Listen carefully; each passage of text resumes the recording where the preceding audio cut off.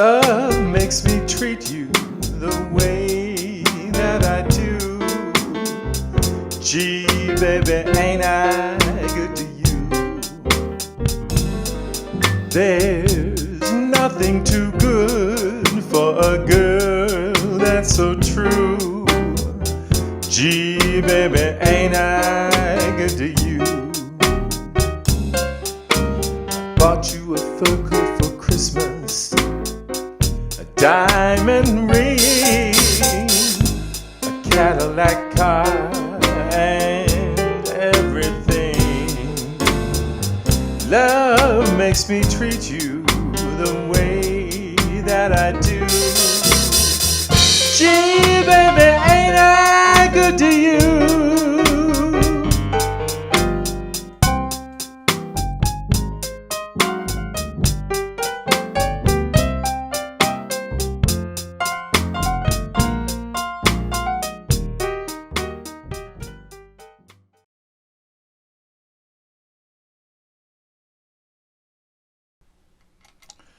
Okay, ladies and gentlemen, let's begin by talking about the composition project from the standpoint of parameters. In other words, the things that you need to have in order to make this work. You must have 8 measures. Your composition must be 8 measures in length. Now, if you're really ambitious and you're planning on writing a symphony and you're going to write 430 measures or 430,000 measures, knock yourself out. That's great. However, you are only going to be graded on 8 measures. So my advice to you is keep things simple. You may compose in any key but C major. The reasons for this will become evident as we go along. You may write in a major or minor mode, and you may use any note or rest value up to that of a 16th. Now these are all things that are necessary for your composition. These must be present. You got to have notes or rest. You got to write in a major or minor mode. You may write in any key but C major, and you got to have 8 measures to your composition. Now the rest of these are things that you can have if you want them. You may use dynamic markings if you want. What are those? Well, crescendos, decrescendos, forte, piano, that type of thing. If you want them, absolutely you are welcome to put them in. You may use tempo markings if you want them. Again, these are things that you don't have to have. You may use them if you wish. And you may use phrase and articulation markings if you want. Now, if you don't know what any of these things are, please don't stress out about it. Again, these are things that you can use if you want. If you want to learn more about them, get in touch with me and I will point you in the right direction. So, what do we do with respect to understanding how to compose? What are some of the tools we can use in order to make this happen? Well, the first step is understanding analysis, understanding music composition, understanding what analysis is, breaking things down into their smaller component parts, and then taking a look at each of these things and how they all fit together to make a whole. Well, one of the things we can do for this is to look at something that is very familiar. So we're going to take a melody. This is a very simple, yet very famous melody. And we're going to break it down. We're going to analyze it. And you might notice a couple of things right off the bat. You might notice the treble clef sign. You might also notice the time signature symbol there. And you might also notice that there are 8 measures. 1, 2, 3, 4, 5, 6, 7, 8. Exactly the same number of measures that you need to compose your composition. Now, you may be able to tell what this melody is just by looking at it, just by looking at the notes and following their direction.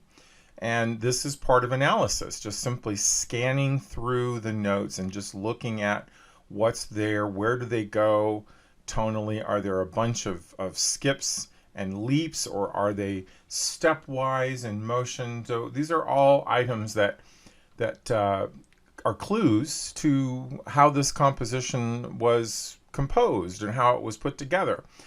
So while you might be able to determine what composition this is just by looking at it, a clearer way of figuring it out is simply to listen to it. So let's give it a listen.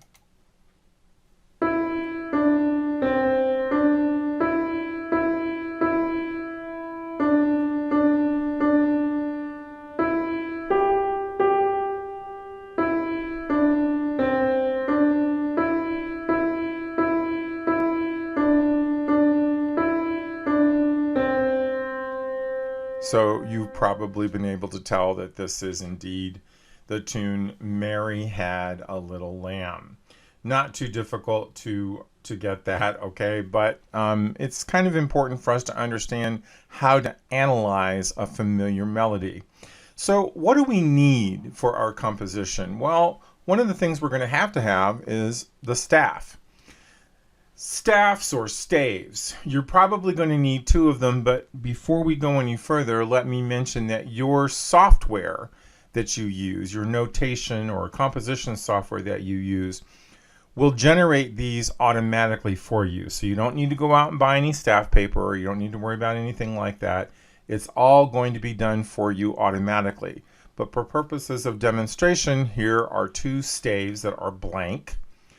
And then you're going to have to indicate somewhere in your music where tonally your melody is going to take place. Is it going to be high? Is it going to be low? Is it going to be medium? Are you writing for, treble voices, really high voices? Or are you writing for piccolos? Are you writing for tubas? So in order for us to delineate where musically or tonally our melody is going to happen, we need something to show us where, and that's where we use something called clef symbols. Now, primarily what we've been exposed to are treble and bass clef symbols, or other. Another one that we have seen is the movable clef, which sometimes is referred to as the alto clef or the tenor clef or so forth. You don't need to worry about that. I advise you keep things simple. Limit yourself to use of the treble clef or the bass clef. You may write in either. If you want to use the bass clef, that's perfectly fine. For purposes of this demonstration, I am going to use the treble clef. Okay, so again, if you want to write in the bass clef, that's perfectly fine. I'm happy for you to do that. Now, something else that we're going to have is rhythm. And we're going to have a way of organizing that rhythm so that it is understandable by whoever plays it, sings it, what have you. And one of the ways we do that is through the use of this symbol, which is called a time signature. Now, we've already been talking about this type of rhythmic tool in our online text, but I want us to understand its purpose within our composition. The time signature tells us a couple of things. The top number tells us the number of beats there are within a measure, and again, we're going to find out what a measure is momentarily. And the bottom number tells us what type of beat that is, okay? And in this case, 4/4, there'd be 4 beats per measure, and the beats are quarter beats, so 4 quarter beats per measure. Now, what is a measure? Well, let's find out. Here we have these vertical lines that sort of bisect the staff, kind of like a ruler is divided into inches. Well, bar lines divide music into measures. So in other words, these bar lines give us these indications of where the measures are, or what the measures are. The space between the bar lines is the measure. So, and then most music has a final bar line, which is called the final bar or the double bar at the end. So there you go. Those are bar lines. Once again, let's take a look at those. There they are, all bar lines, and then the yellow arrows indicating where they are, and then, of course, the final double bar. Now that we have the bar lines in place, we can begin to understand what a measure is. Measure happens between the bar lines. Here are 3 measures outlined for you, just showing you what they are. We can put the numbers in there if we want, 1, 2, 3. Now you might be curious to know as to why this number 5 is present. Well, guess what? If this is 4th measure, what measure would this be? Number 5, absolutely. So the software that I used to generate these staves put that number in there automatically, and your software may do the same. Okay, so there we have our measures. Now let's return back to our melody of Mary Had a Little Lamb, and let's do a little bit of further analysis. In fact, let's take a look at it from the standpoint of where these pitches come from.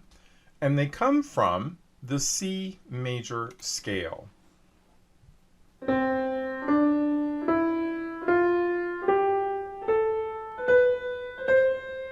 Okay, so every single one of these notes in this melody, Mary Had a Little Lamb, comes from this major scale down here. Now, you may have already figured out that it's not, the melody does not contain every single pitch. It only contains a certain number of these pitches.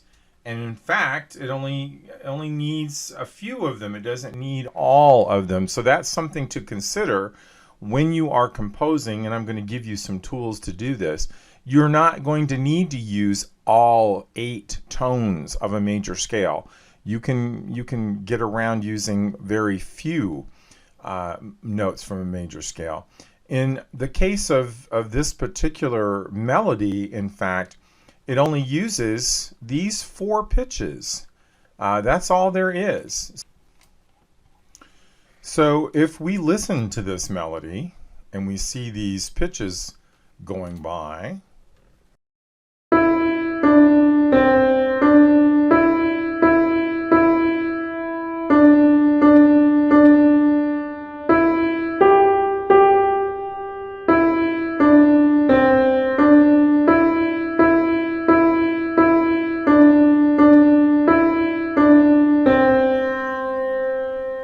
okay, so you notice that it only used those 4 pitches. Now, let's do the same thing. Let's listen to this melody again. So let's watch and play this melody again and watch these notes get highlighted as the melody is playing. The notes that are being utilized from the C major scale are going to show up being outlined in red circles. So let's see what happens.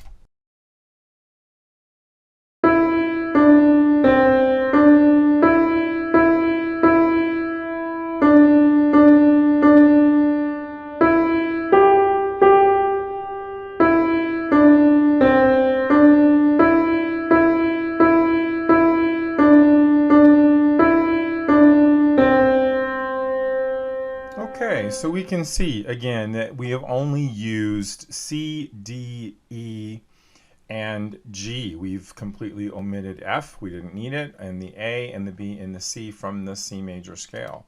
So yeah, it's kind of cool how you can use only a few notes from an entire major scale and yet make an entire melody. Now let's play the melody again. This time, watch the direction of the notes as they go by.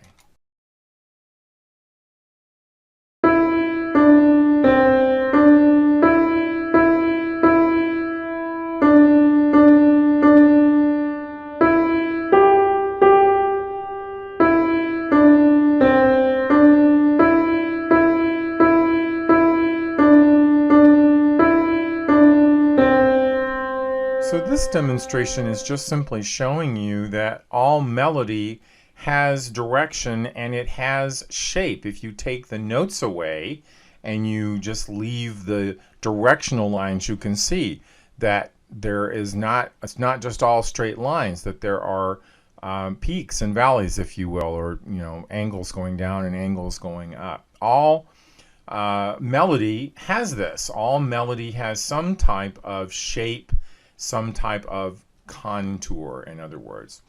Okay, so let's review things that you're going to need in order to compose. You're going to need empty staffs or staves. Again, those are going to be generated by your software. You're going to need the treble or bass clef sign to delineate the pitch or the register, the highs and the lows. You're going to need a key signature. Remember, any key but C major or A minor. You're going to need a time signature. And again, this tells you all of the above components can be generated from your music notation software, and most likely will be. The parameters, again, 8 measures. You can write in any key but C major or A minor. Any note or rest value up to that of a 16th. Again, all of these limitations are for simplification purposes. You just want to keep things simple. You don't need to have things too complex. Any time or meter signature that you wish, but I again would urge you to keep that simple. And as I stated above, most of the components such as staffs or staves, the clef signs, key signatures, and the time signatures are automatically generated by the software you use based upon the parameters that you set. Things like bar lines and measures will be automatically generated based upon your choice of time signature and the notes and rest values that you enter. Okay, folks, so that kind of concludes this part to our project. Stay tuned for part B.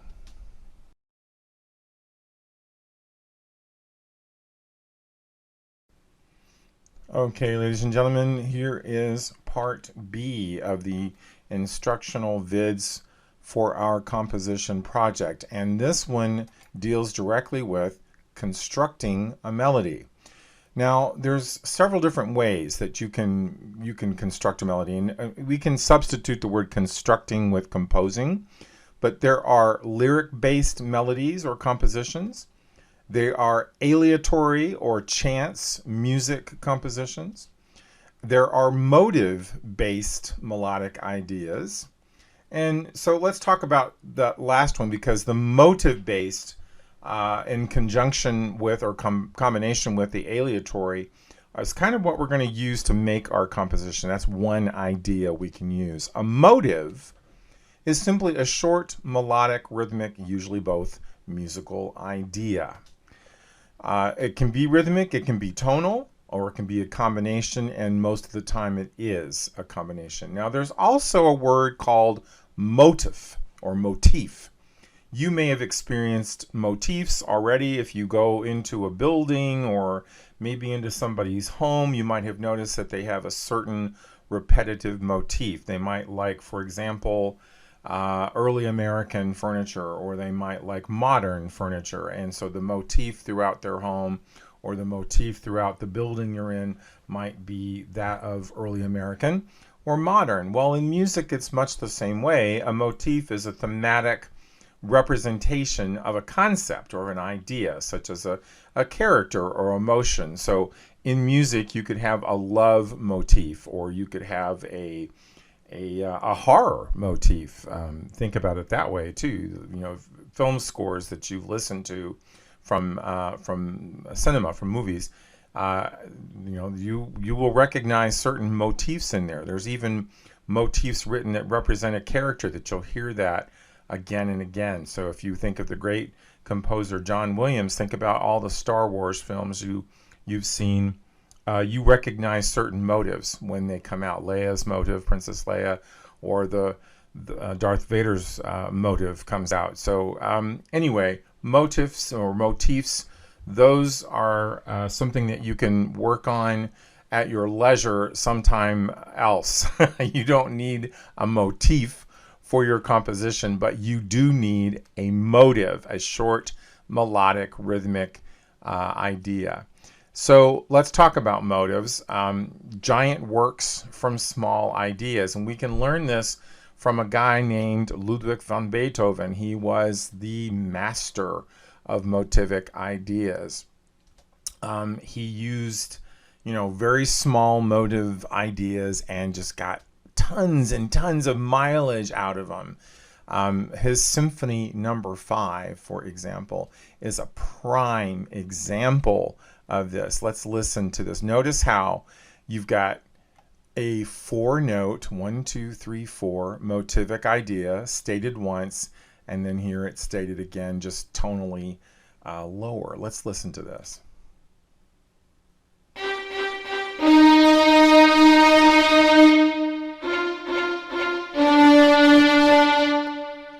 So again, he's just taking the four note idea and repeating it, right? Well, you can do the same thing with your own composition. And by the way, these two motivic ideas come from the C minor scale.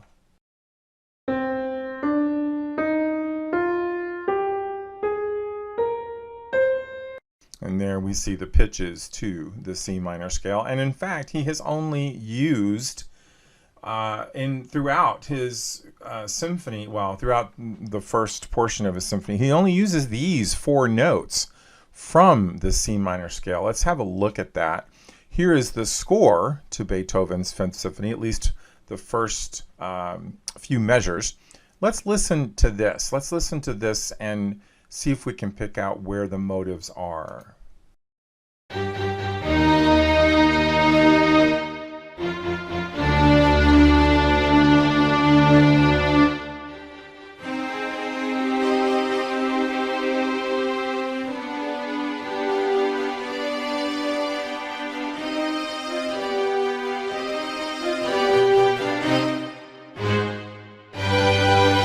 Okay, so we can tell that Beethoven has reused or recycled this motivic idea again and again and again. We can see it in its opening statement. Here it is stated once. Here it is stated again. And then he divides it among the instruments. The first and second violins and violas all restate it. Then he takes that motivic idea and he sort of adapts it and flips it over, flips it upside down, using a process known as inversion. And then he brings it back around to finally close us out. So let's watch the music go by again and watch the motives play.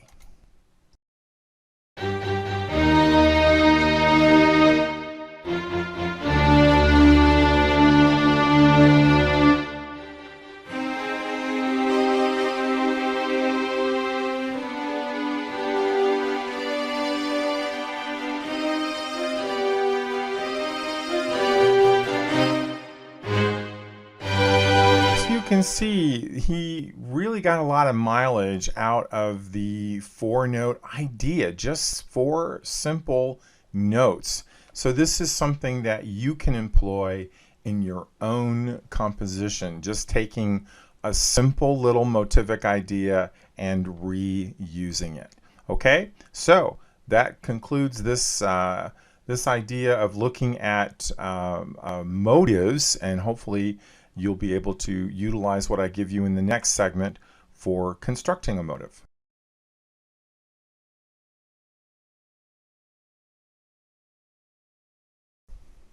Okay, folks, so welcome to part C of our series on our composition project. This is going to involve constructing a melody using a motive. Now, again, I urge you to consider the word constructing, the words constructing and composing the same. Okay, so you're composing here.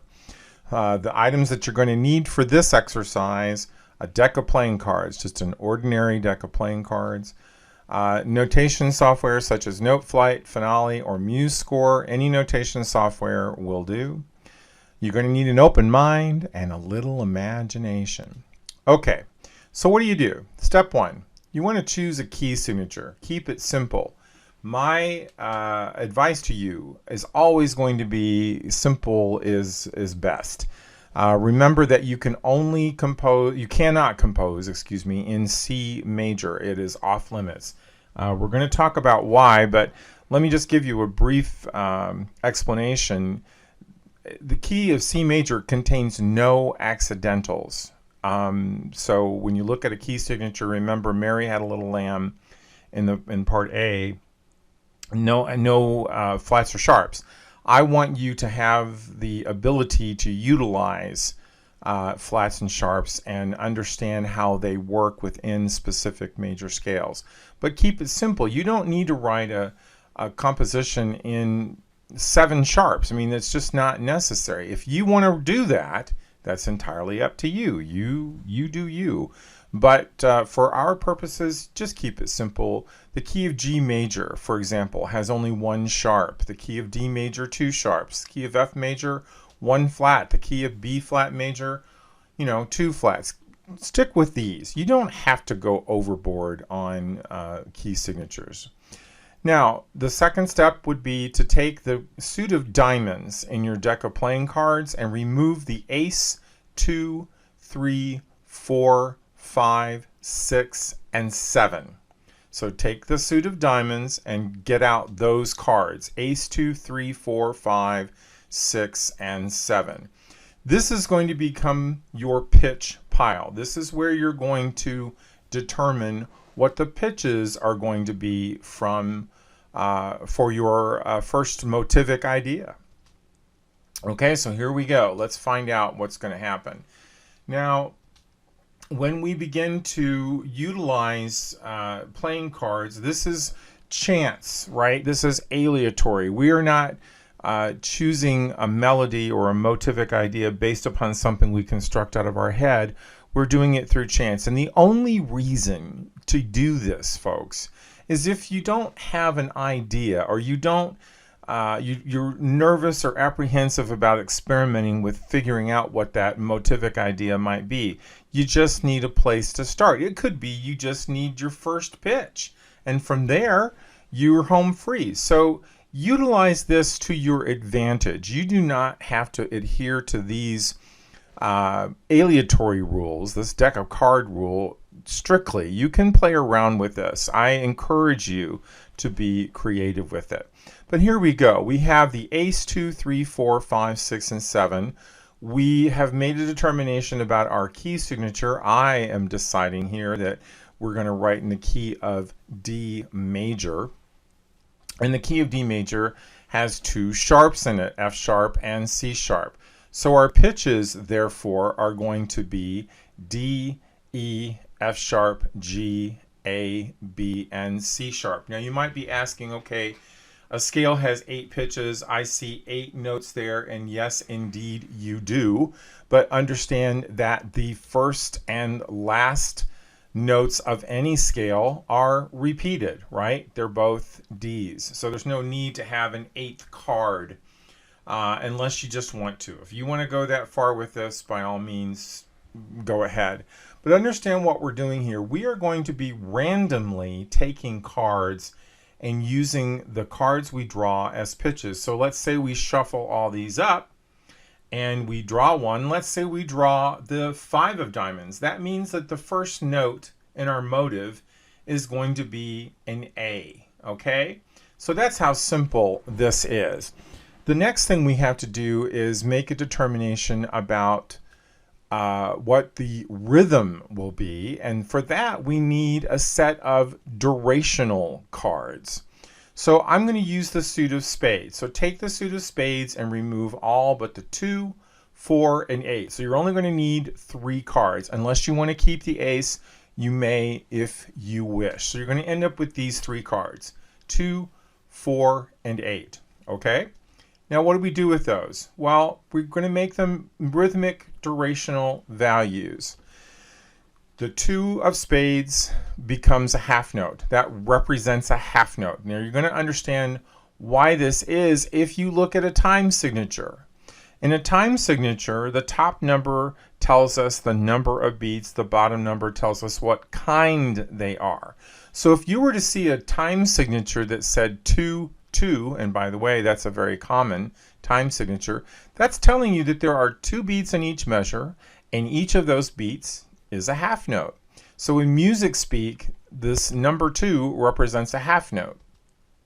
A 4 represents a quarter note, and an 8 represents an 8th note. So there you go. You have durational values. Now, if you wanted to keep that ace of spades, you could make that ace of spades a 16th if you want to continue on with this. It's entirely up to you. We don't have a deck of cards or a playing card that is, represents the number 16. So you'd have to sort of make that up. Now you might be thinking, well, what about rests? Well, you could take the same idea and flip it around. Just use another suit. Take the suit of hearts, for example, or the suit of clubs, And you could do the same thing with those. You could make the durational value cards as well, but they would just simply represent rests rather than notes. And then if you were to shuffle all those together and you pick them out at random, well, you kind of get the idea. This is how you would be constructing, just simply using a random deck, random cards from an ordinary deck of playing cards. All right, so I hope this gives you a little bit of a demonstration of how to construct a motivic idea. Next, we're going to be looking at actually putting these notes in using our composition software.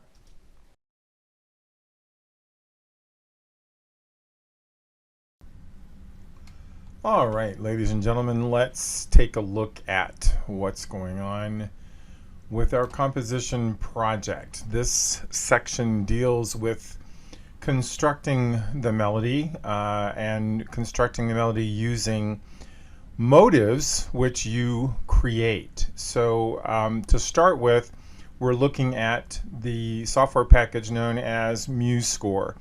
Now, I recommend, if you have the means, download MuseScore version 4. As you can see up here at the top of the screen. The previous versions are fine, they do well, but I think version 4 is the best, and I think it's the most user-friendly version that they have. So I encourage you to download MuseScore 4. Now, when you do open the package, this is the screen you are going to see. So you can see here you've got some choices right at the beginning, and the first thing you want to do would be to open a new score. So go ahead and hit that plus sign. Now you have some choices here. You can go with a choral score, chamber music score, solo, jazz, pop, all of these. If you want to play around with it, by all means go through all of these and just check them out. It's kind of cool. But I recommend just starting with the general score. It's going to be the simplest, and remember, simple is best. Keep it simple. Make it easy on yourself, okay? And then you see over here the template side of the menu gives you some choices: treble clef or bass clef or the grand staff. Remember, you're writing a simple melody. It does not need to be involved. You do not need an accompaniment. So truthfully, the grand staff is not necessary. Now, if you want to go that route on your own, by all means, knock yourself out. But for our purposes, and for the purposes of this project and a grade for this project, you only need a melody. Now, that melody can be written in either the treble clef or the bass clef. So you decide whichever you'd prefer to write your melody in. I'm going to choose the treble clef for purposes of this demonstration. Okay, then we click next. Now we have another screen which gives us some more choices. You can see key signature, time signature, tempo, and measures. So all of these parameters that you can set for your composition project. So let's click on key signature, and you see here it gives us several choices of all the key signatures available. Again, I say unto thee, yea, verily, keep it simple. 1 to 2 accidentals is all you really need in your key signature. I would make it a minimum of 1 accidental. Remember, you cannot compose your composition in the key of C major or A minor. You must use at least 1 accidental, but no more than 3 accidentals would be best. So let's, for purposes of demonstration, I am using the key signature of D major. So let's go up here now to our time signature. Again, I just simply say keep it simple. I'm going to go with a simple 4/4 time signature. I recommend you stick with 4/4 or 3/4. If you want to go into complex or compound time signatures, that's your business. But remember, simple is going to be easier for you. Now you see here 2 other time signature symbols. If you're a musician, you should be quite familiar with these. the one up here this is known as the common time time signature, and really all that is 4/4 what this is. And then there's cut time signature, which looks like a cent sign, and that is actually a 2/4 time signature, or some variant of duple meter. So, you know, folks, again, I urge you, keep it simple on yourself, make it easy on yourself. Just go with 4/4. If you want to do something complex, that's up to you. Okay, and then let's choose a tempo if you wish. You do not have to do this, but I'm going to do so for a couple of reasons. Number one, for purposes of playing back my composition so that I can hear it. 120 is a little bit fast, so I'm going to slow it down. So in order to do that, I have to check this box here, show tempo marking on my score, and I'm going to slow things down to about 86, which will enable me to be able to hear this a little bit better if it's slowed down a little bit. And then, excuse me, clicking on the number of measures. The default is 32. I don't need 32 measures, so I'm going to change that to 8. By the way, you can scroll using these arrows if you wish, okay? And then let's go down to our title. You do want to put in some kind of title, so I'm just going to call this my masterpiece. You can call yours anything you want. You should put your name in the composer window, so do go ahead and do that. You don't need a subtitle, you don't need a lyricist, and you don't need a copyright, but if you want to put all of those in there, you are welcome to. Okay, once you have all of these parameters set, click done, and lo and behold, there is your blank score ready for you to input notes. All right, now inputting notes in MuseScore is actually quite simple. There's a couple of ways that you can do this. One way is to use your computer keyboard. Perhaps the most efficient way is simply to use your mouse. And then another way you can do is to use a MIDI keyboard if you have one. Now, if you have a MIDI keyboard, you're going to need to let MuseScore recognize it. And in order for you to do that, you're going to need to go up to the Edit tab and then click on Preferences. And then when this comes up, you're going to go down to I/O. This is Input Output. And then your audio devices should already be there. System default is fine. If you want to change it to something else that you use in your with your system, I happen to use a Focusrite audio interface, so I'm gonna click on that. Buffer size, I'm going to let you decide that for yourself. The default should be fine. And then your MIDI input, in other words, what your keyboard, your music keyboard, MIDI keyboard is. My keyboard here that I'm using in my studio happens to be a Yamaha MM8, so it has already recognized that. And then the output, I'm going to use my MIDI interface, my audio interface, my Focusrite for that. So that is, again, entirely up to you folks. If you wish to utilize a MIDI keyboard, you may, or you can simply utilize the mouse pad, or excuse me, either mouse or your keyboard. Okay, for us to start writing, we need to click on this little pencil icon up here in the upper left-hand corner, and you'll notice that it highlights the first beat of this measure, and you will also notice that it has highlighted the quarter note, and it has highlighted or enables me to put in notes in this first beat region if you move your mouse up and down. Now, to start with, I'm going to use the MIDI keyboard to input notes for right now. I'll show you some other methods that you can use, but for now I'm going to use my MIDI keyboard here in my studio.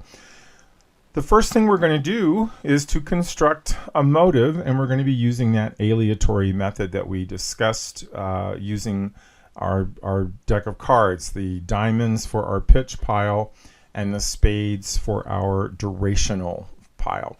So let's start. We'll choose a card, drawing from our pitch pile, and we pick out the 3 of diamonds. There it is, the 3 of diamonds. Now let's put up our scale, our D major scale, and we'll note that the 3, the 3rd degree of the scale, is F sharp. So our first note is going to be an F sharp. Now the durational value, the spades pile, we'll go ahead and pull out there and look what we've got. We've got the 4 of spades, and 4 in music speak represents a quarter note. So our first note is going to be an F sharp, and that's going to give us a quarter note with the spade durational pile. So our first note, F sharp, and it's going to be a quarter note. So here we go. There we go. Now I just inputted that using my MIDI keyboard. Let's go on to our next note, and we're going to go back to our pitch pile, and we pull out another card, and here we go. This happens to be the 5 of diamonds, the 5 of diamonds. If we look at our scale, we see that the 5th degree of this scale is A. So now we go over to our durational pile once more, pull out another card after we've mixed them up a little bit, and look what we get. We get an 8th note. Okay, well, we're going to use an 8th note then, and we are going to play an A 8th note, or put in an A 8th note. Now at this point I can make some choices here, just sort of thinking ahead, ladies and gentlemen. But before we do this, let's just understand a couple of things. You can use your arrow keys, and we can play this just by playing the arrow keys back and forth to see what this sort of sounds like. And we want to get to this space right here and put in our next note. Now, something you should probably tell yourself to do at this stage, if you happen to draw the 8 of spades, or an 8th note for the downbeat of a beat, in this case this is a quarter beat, and you should probably go ahead and fill that next note in as also an 8. That just simply completes the quarter beat, rather than to put in a longer durational value or even a shorter durational value. Keep it simple, folks. Make it easy on yourself. So just complete that beat with another 8th note. Now we can go back to our pitch pile. Let's pull out another diamond card, and hey, we get the number 4, which gives us, according to our scale, the 4th degree is a G. So our next note is a G, and we have already determined it's going to be an 8th note.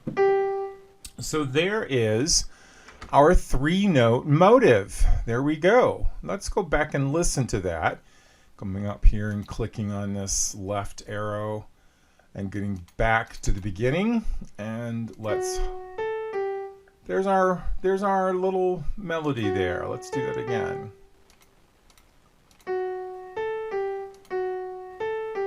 Okay, so a couple of things that we can do here. We could just continue to pull out cards till our heart's delight, or we can recycle material, which is what all composers, all great composers have done. So what we're going to do is take this melodic idea, this motive, this 3-note motive that we have created, and we're going to copy it. Now what I did was just click in an empty space in the measure, and you noted that this has highlighted the entire measure.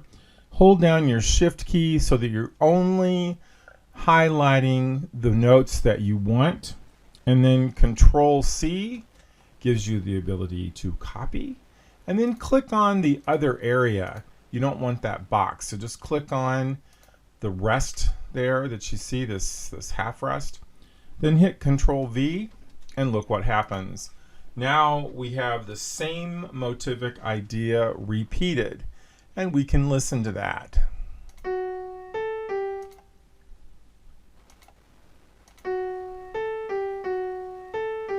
Now, there's nothing wrong with that. It doesn't really, it's not going to win any awards, I would say, but nevertheless, there it is.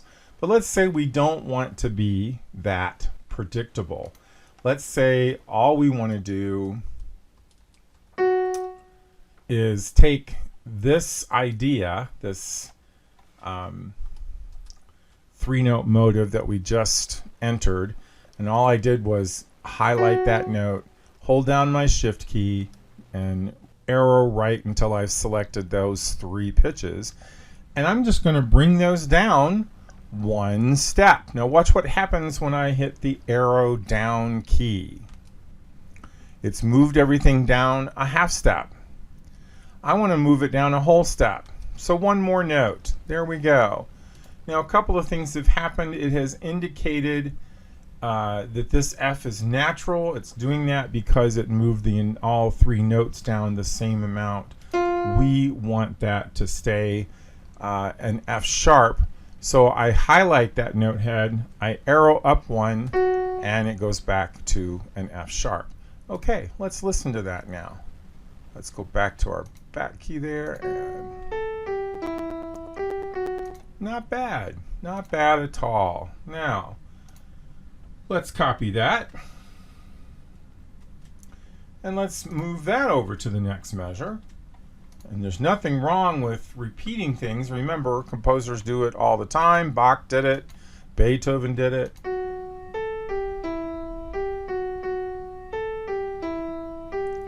Okay, so again, you can say to yourself, well, I don't really want it to be that predictable. So I'm going to continue on this idea of restating the motivic material lower each time by 1 step. I started on F sharp, went up to A, down to G, then I went to E, went up to G, down to F sharp. Notice how it's the same intervallic motion. It's the same motivic idea. It's just stated down a step lower each time. So I'm going to take this and move it down even further. I want it to start now on D natural. We started on F sharp, we went down to E, now we're down to D natural. Notice again how it has moved things using accidentals. We don't want those. Let's change those back. Just highlight the note head, arrow up. Again, highlight the note head. We don't want an E flat, we want an E natural, so just arrow up. C natural, nope, we want a C sharp, which is in the key signature, arrow up. And again, this E flat needs to be an E natural. Okay, so there we go. Let's listen to this now from the beginning.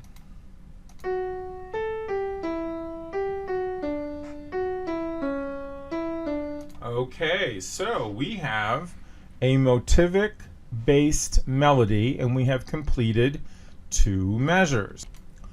Only 6 more measures to go. Okay, so we could do a couple of things here. We could take these 2 measures and we could copy them and paste them into these 2 empty measures here, giving us a 4-measure phrase. Let's see what that sounds like. Let's paste them there. I'm highlighting this half rest here.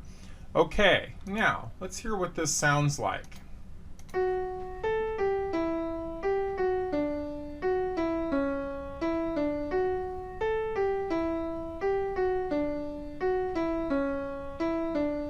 Okay, again, not going to win any Grammys, but it is what it is. Now, it's perfectly acceptable this way. So if you decide to do something like this, you're home free. You've got 4 measures written, and all you have left is 4 measures to go. But let's say you want to experiment and do something a little different. So I'm going to hit Control Z, and undo what I just did. So I'm going to use a compositional technique known as motivic inversion. And this is where I'm going to take the motivic idea, like this first idea right here, and I'm going to invert it or flip it upside down. Now, how do I go about doing that? Well, in a couple of ways. Let's start with the rhythmic idea. We started with a quarter note and then went to 2/8 notes. Well, what if we started with 2/8 notes and moved to a quarter note? That would work out just fine. So for this set of the example, I'm going to use the mouse to input the notation, and I got to again highlight that little pencil tool up there. But instead of going to the quarter note first, I'm going to go to the 8th note. I'm going to start on the F sharp, and then I'm going to go up to a G. Notice how the 8th note pattern descends each time. This time I'm going to make it go up. Now, nothing wrong with that. And then I can take the idea of moving up from the first idea or first note a third and change it to moving down a third. So let's start that, and we're going to go to a quarter note because we have our 2/8 to start. So there's our note, our next motivic idea, our next motive, 3-note motive. We've just simply inverted the original idea. Okay, and let's put in a second one and complete this measure. So we started on F sharp. Let's continue this idea of, instead of going down whole steps, right? F sharp, E, D, and C sharp. Let's continue up. So the next note, we started on F sharp. The next note would be a G natural. And let's get the 8th note up there. And we're going to go up. And we're going to go down to down the third here. Whoops. One great thing that Control Z gets you. You can also, by the way, hit the backspace key, and that will do the same thing. Okay, so let's hear what this sounds like so far.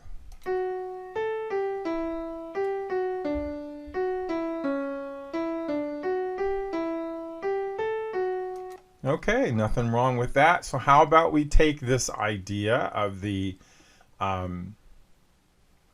inverted motives, and we'll copy it, and we will highlight the next measure and insert them there. But again, continuing on with this idea of moving up by steps, let's move these notes all the way up. So something else that we're looking at here is the fact that this note here, this A natural, actually simply needs to, or excuse me, A sharp, needs to be moved up to a B natural. Okay, everything else is fine in that motivic idea. This needs to be a B natural, and this needs to be a C sharp. So that should give us what we're looking for. Let's listen to it.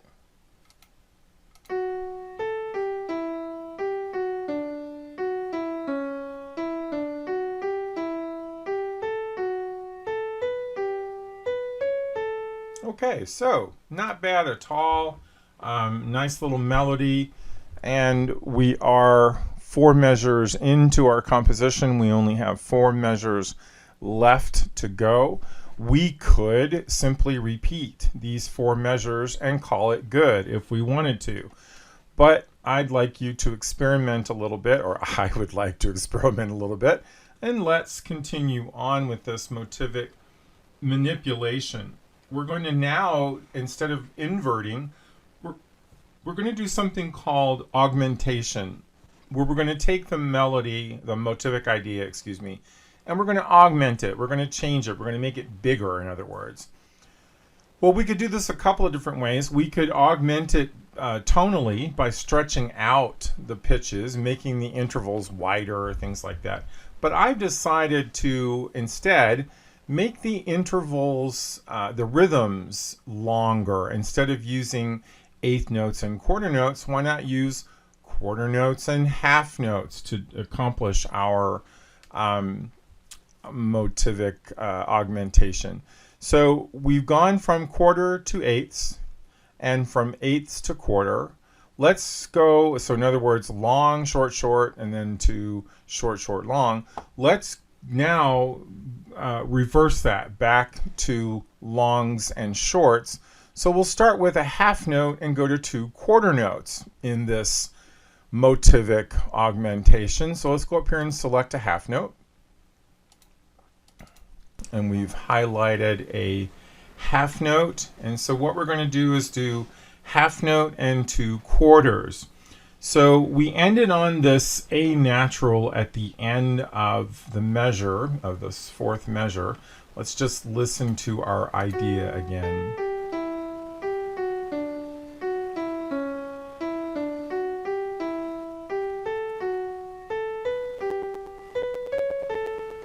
Okay, a little bit of lag time there with my MIDI interface or audio interface. We'll see if we can't correct that in future versions.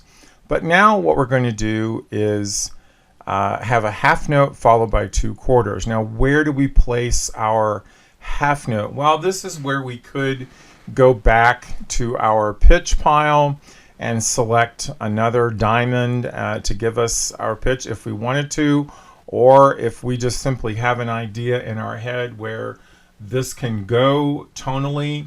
We started on F sharp and moved down to C sharp. Then we started on F sharp again and we moved up tonally to B natural. I'm going to start on C sharp this time with a C sharp half note and the C sharp in the 3rd space on the staff. And then I'm going to follow this idea of moving instead of following the pattern of what I had done before, where I moved up a 3rd and then down a step. I'm going to just go down steps all the way. And then let's try going with a half note on the next measure and moving down and then down to a half note F sharp. And then I'm going to bring this home. Actually, let's change that. One of the great things about using software is you can change things around. I'd like to bring this back to the keynote of our composition, in other words, the tonal center, which is D. So why not just make these next 2 notes leading down to that? And then we'll end with a whole note. How about that? Let's listen to our composition such as it is.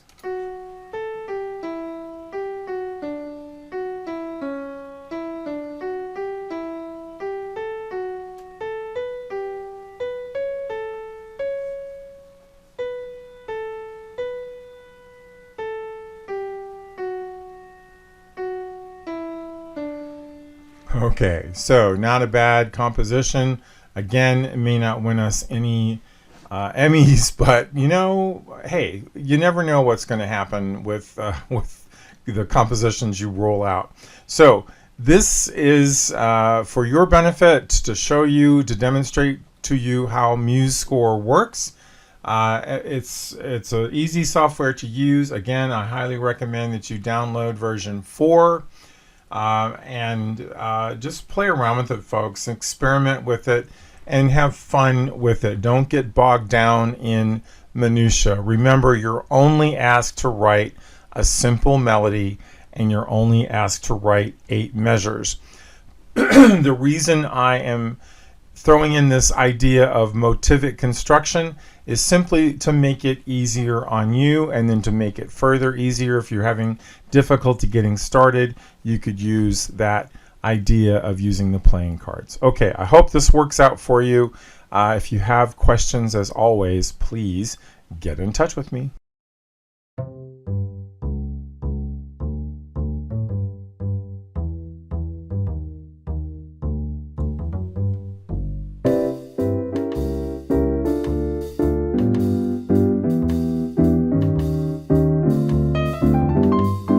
I'm a sentimental sap, that's all. What's the use of trying not to fall? I have no will, you've made your kill, 'cause you took advantage of me. I'm just like an apple on a bough, and you're gonna shake me down somehow. So what's the use? You've cooked my goose, 'cause you took advantage of me. I'm so hot and bothered that I don't know my